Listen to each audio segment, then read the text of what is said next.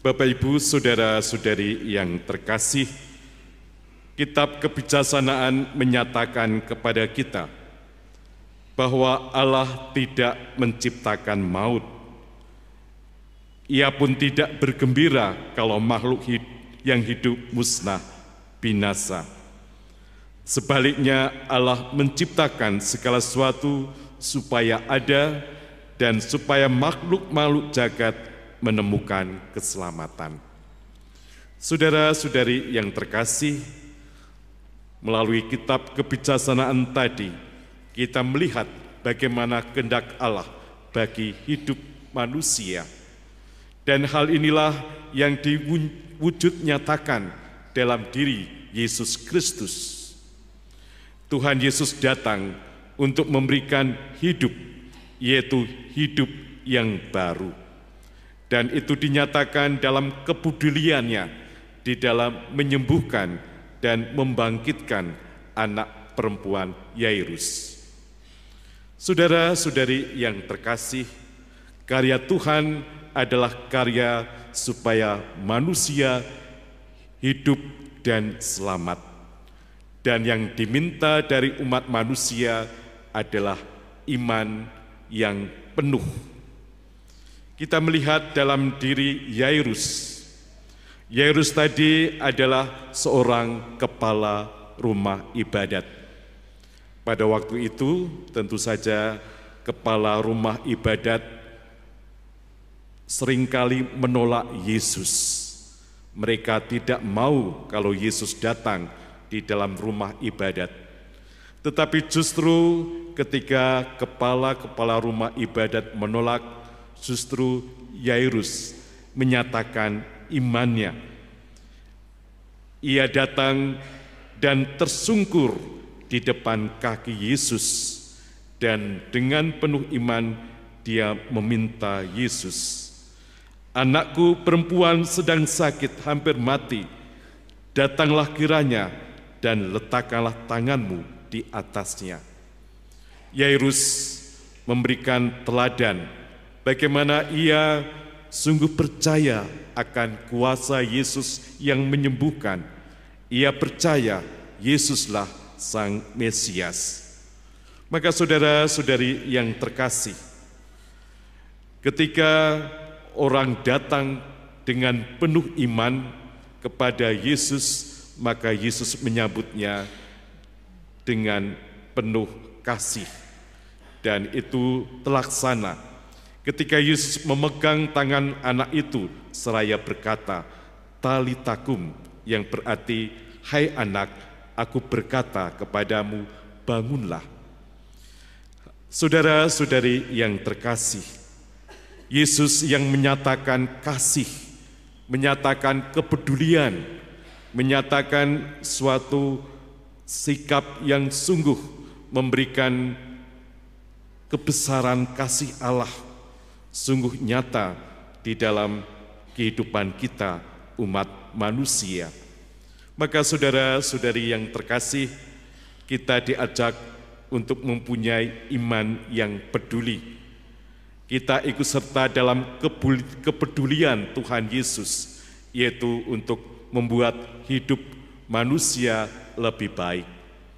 Rasul Paulus menyatakan hal itu, bahwa kepedulian ketika dilaksanakan ketika kita saling berbagi satu sama lain, agar kita dapat peduli terhadap orang-orang yang kekurangan. Tadi Rasul Paulus kepada jemaat di Korintus mengatakan, "Hendaklah kelebihanmu mencukupkan kekurangan saudara-saudara yang lain."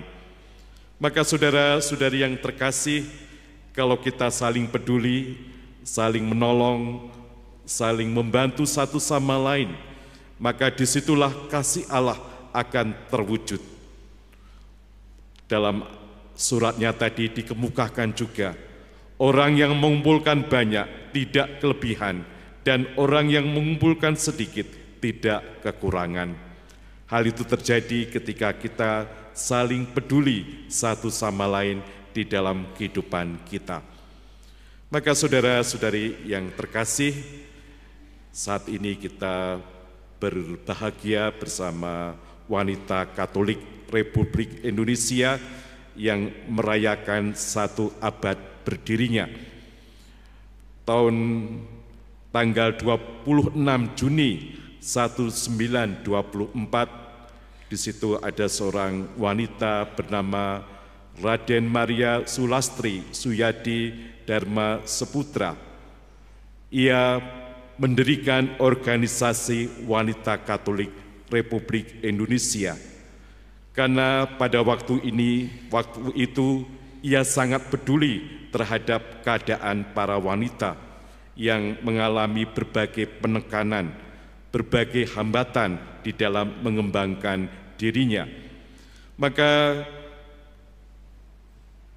kita melihat bagaimana pendiri Wanita Katolik Republik Indonesia, yaitu Raden Maria Sulastri, mendirikan organisasi ormas dengan tujuannya pemberdayaan kaum perempuan dalam berbagai aspek kehidupan, baik dalam bidang pendidikan, kesehatan, ekonomi, dan mendorong kaum perempuan untuk terlibat aktif di dalam meningkatkan kehidupan dan kesejahteraan masyarakat Indonesia. Maka saudara-saudari yang terkasih, Wanita Katolik Republik Indonesia punya tugas ganda, baik terlibat di dalam hidup menggereja maupun memasyarakat. Dan hal inilah punya cita-cita yang luhur. Maka cita-cita yang luhur tadi hendaknya dihidupkan kembali, disemangati kembali agar perannya semakin menjadi nyata di dalam kehidupan menggereja dan memasyarakat. Saudara-saudari yang terkasih, kalau kita lihat keprihatinan di zaman sekarang mungkin berbeda dengan keprihatinan pada zaman dulu. Ya. Kalau sekarang ini, kalau kita baca di koran akhir-akhir ini, ya, laki-laki terlibat judol. Ya. Maka judol itu adalah judi online. Ternyata wanitanya juga tidak mau kalah. Kalau laki-laki judol, wanitanya pinjol, pinjaman online. Nah, kemudian anak-anaknya juga nggak mau kalah. Dia terlibat dalam gamol, ya, game online. Nah, saudara-saudara yang terkasih, itulah tantangan kita. Bagaimana kemajuan alat teknologi komunikasi disalahgunakan untuk kepentingan yang jahat, yang merusak kemanusiaan kita. Maka inilah menjadi program kita adalah menyadarkan supaya mereka tidak terikat kepada hal-hal yang jahat. Ya, tadi dalam bacaan pertama dikemukakan bagaimana setan itu mau merampas kebahagiaan manusia, menjerumuskan manusia untuk kehancurannya, yaitu dengan sarana-sarana tadi. Kita diajak untuk bersama-sama terlibat untuk penyadaran, supaya mereka tidak ikut arus tadi, sehingga mereka punya kegiatan yang lebih positif di dalam kehidupan ini. Pemberdayaan di gereja kita dilibatkan bahwa ada UMKM, supaya ayo kita mau terlibat, mau berusaha. Kalau kita usaha dengan baik, akan ada jalan-jalan yang baik, sehingga berkat kasih Allah juga akan melimpah dan orang juga akan menikmati. Tetapi kalau kita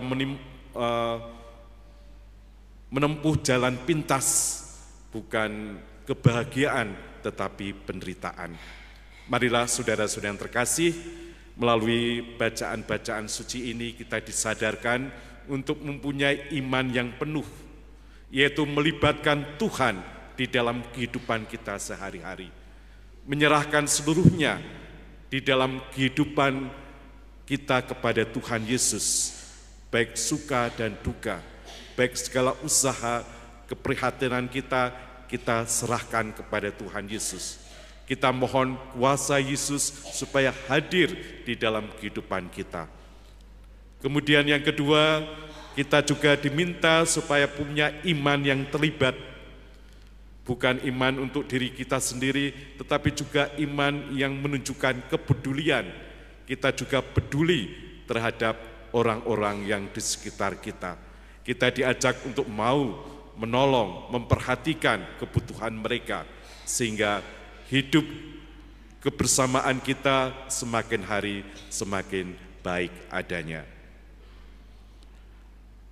Ada kacang siap dibungkus, mari makan bersama teman. Mari datang kepada Yesus penuh iman dan kepedulian. Tuhan memberkati kita semuanya.